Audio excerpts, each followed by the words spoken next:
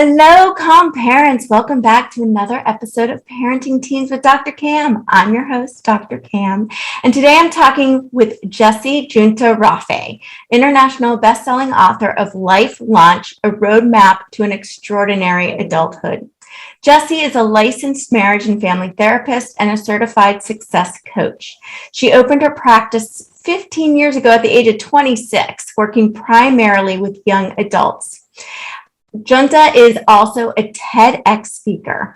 Her book, Life Launch, is a 360-degree guide to transitioning successfully into adulthood. It includes profound yet practical strategies for coping with anxiety and depression, creating an ideal career, and sustaining healthy relationships. Welcome. I am so happy to have you here. Thank you so much for having me. I'm excited to be here. Absolutely. So, Jesse, tell us a little bit about how your story and how you got into working with young adults.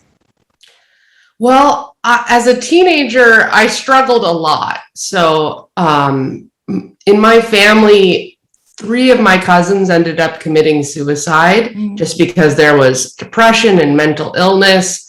And I kind of felt, as the youngest one, that was going to be my destiny. And I saw some other therapists who felt like they were treating me with kid gloves in that way. And I was getting worse and worse and more depressed until I met someone that really changed my life. It was a therapist who got my family involved and saw my potential and gave me hope for the future. And in working with her, I not only felt better, but realized this is what I want to do. So from there, that's how I ended up becoming a therapist so young. I went straight through grad school, college, grad school, started my own private practice and started seeing young people in my mid-20s. Wow. So you were basically counseling people your age. Exactly. I felt like I was this bridge between these adults who did not know how to communicate with their teenagers. And then, because at that time I started with teenagers, now I've evolved more to a little bit older, but I still love the teens. And so I was this bridge between the adults who did not know what to do with their teenagers and the teenagers who thought their parents did not get them. Yeah, and they don't, right? No, they don't. Tell us a little bit, and we want to talk about communication, but what is causing this big gap between parents and teens? I mean, we were teens. How are we so clueless on understanding our teenagers? Well, I really think it comes all down to fear. So because teenagers, the developmental stage they're in is they're supposed to become independent, have their own thoughts, and separate. So what that looks like is externally is that looks like they don't care, looks like they're not listening, looks like they think they have all the answers. And that is partially because that's what they're supposed to be doing to gain the confidence to make independent decisions. Right. How that gets interpreted by parents is that they're not respected, they have no impact anymore, and in order to make any impact, they have to force their teenagers into it or just throw their hands up in the air and give up. So I think that's the main crux of the problem. Yeah, I see a lot of that. And you were talking about how, you've worked with teens, but the person that really impacted you got the whole family involved. So talk about the difference between working with just the teen and working with the whole family. Well, I think it's great if I was understood by that therapist alone, for example, if she could understand why I was feeling sad, why I was having a hard time coping, but that would be 1 hour a week where I felt understood by an adult.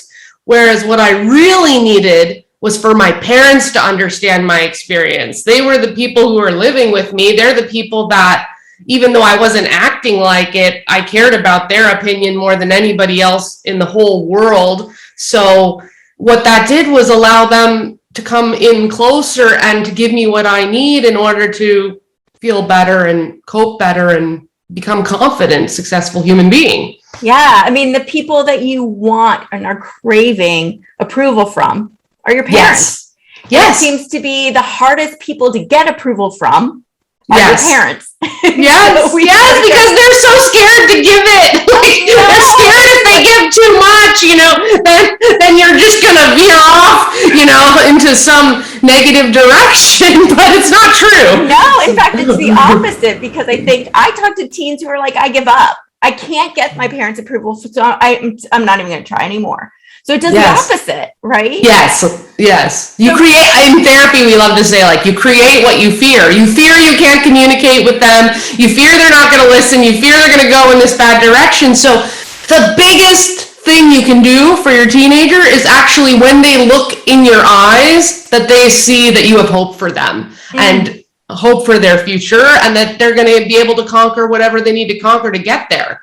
Yeah, that's so big. And I agree with the fear, because I believe a lot of parents, and I mean, I'm a parent too, so I get this, is that we want to make sure that our kids are prepared.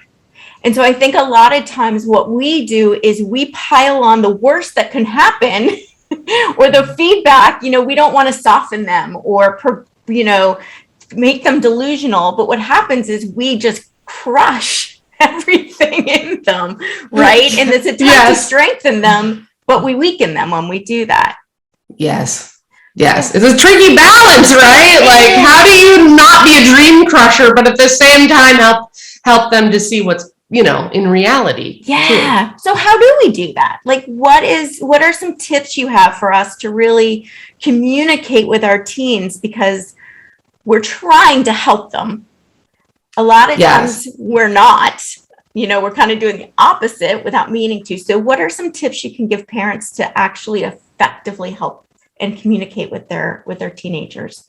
So I have 3 big tips. Right. And the first one is picking your timing, because I think sometimes, because we're scared as adults to, like, say the hard thing, we have this urgency and we have to say it right now. And then our teenager has just woken up, like it happens to be really early for me. If you were trying to communicate something difficult to me at 6:30 a.m., I, as an adult, wouldn't be able to listen very well. So that's number one, is really looking for the time where you're already both in a space of having a casual conversation, relaxed, open, there's time. So that's number one. And I want to add something to that too, because I think I see this a lot where parents get this aha moment. They're like, oh, okay, I know what I want to. So exactly that.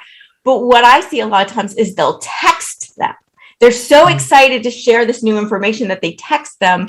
The response isn't remotely what they're expecting. And then they're just get upset and disappointed at their teen when we did not set them up to succeed right there, right? Yes, so, that's such a good point, because it's so hard to read, like, the new in text. You can't hear the tone or figure out the nuance of that. So yes, verbal. Yes, good. Yeah, verbal is so important. So we don't get that K back, just that letter K back, and you're like, what? I spent all this time crafting this perfect thing. And I get a K. What is that? Yeah. So you might get a K in person too, but at least you can have that dynamic, right? So I love that. So picking your time wisely and making sure it's a good time for your teen so that you're not setting yourself up to be disappointed, right? Exactly. So what is their next tip? Okay. So tip number 2 is speak logically and succinctly. A lot of times, because we're scared to say something that's hard for someone to hear, this is not just parents to teenagers, this is everyone. There's like big stories and a large lead-in, and this thing is painted and that thing is painted, and really, you should just get to the point. Just say what it is, rip off the Band-Aid, get really clear, because a teenager's attention span is like this big. So just get there and then get in the conversation with them quick. That's so important. And the other thing about teens too is that they're going to have difficulty sussing out what's important in that whole conversation. So we may be like, here's our key point, and they heard this key point way over here that had nothing to do with it that you threw in there. So make sure it's really clear what your key point is, because don't trust your teen to be able to figure that out.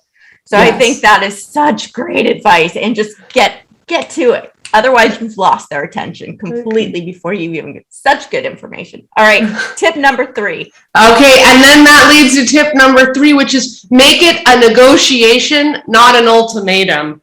So we are because of the whole fear thing, we're trying to force them into our perspective. But actually, if we've done a good job as parents, then what's happening is they get to have some input into how they want their life to be, where they want it to go. And we're just there as a guide to offer a little bit of direction and advice. We're not trying to beat them into going on the path we've chosen. We're trying to, offer some wisdom, and they'll hear it and be more receptive to it if it feels like they're on the same team with you, working towards a common goal, versus you trying to take over their life and force them into something they don't want to be forced into. This one, I think, is the hardest for a lot of parents, because parents have a very clear vision of what they want for their teen, what the right path is for their teen, what they did wrong that they don't want their teen to go into. So, and they've got this enormous fear, like you just mentioned, that their teen is going to make a really bad choice. They don't like the choices. So this negotiation versus ultimatum, I think, is a really difficult thing for parents to be okay with. So what do you tell parents who have a very clear vision of what they want for their kids, and their kids are just not going in that same direction? What can you tell parents?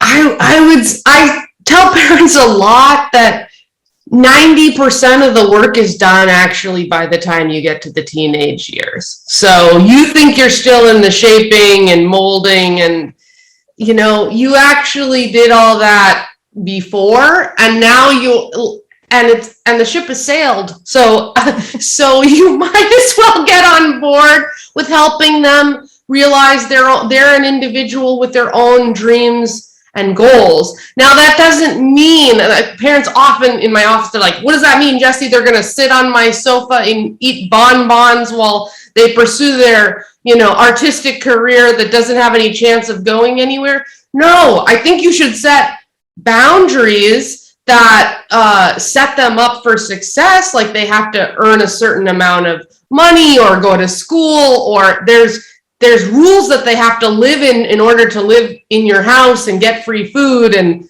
all the other things that come with being a part of your household.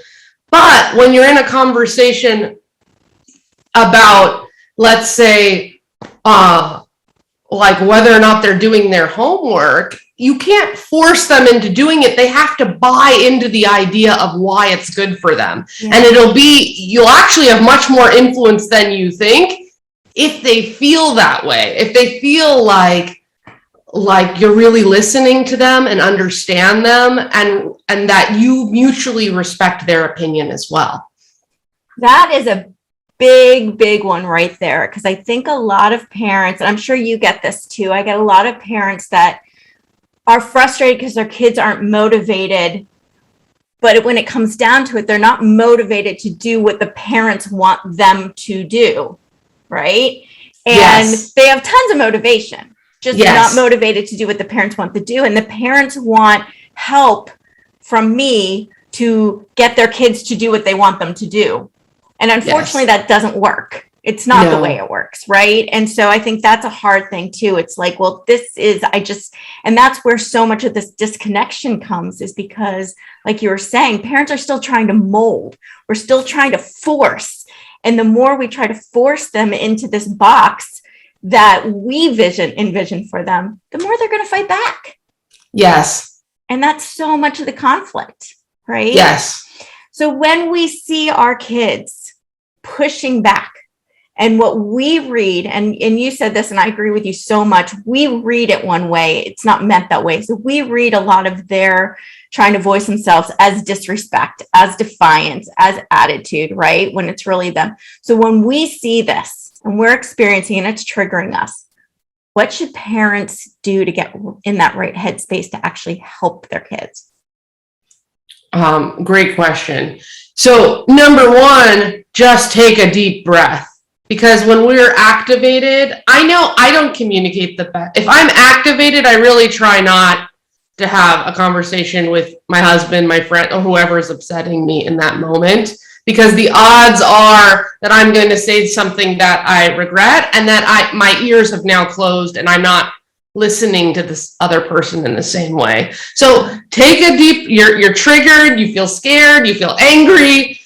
Take a deep breath and see if you can come back to seeing and feeling your love for your kid and having hope for them. If you can get there in that moment, then you continue forward and you go, maybe you say something like, it feels like I'm saying something right now that's not resonating with you. What's going on that you're feeling defensive? Do you feel like I'm forcing you in? Open the conversation with your teen about the process instead of the content. So move away from the actual thing that you were trying to get them to see from your perspective and start talking about, I want to talk to you where we're both on the same team. So let's get back there first before we try to address this difficult issue. And if you can't get there, I say hey, we're both activated right now. This seems a little charged. Why don't we go take an hour and then come back and try this conversation again? Yeah.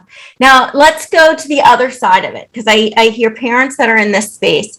I hear a lot of parents that are in a different space where they feel like they do all that and they're being walked all over, that their teens just have zero respect and are just doing whatever they want. And so they feel like they have zero influence or control. What do you tell parents in that situation?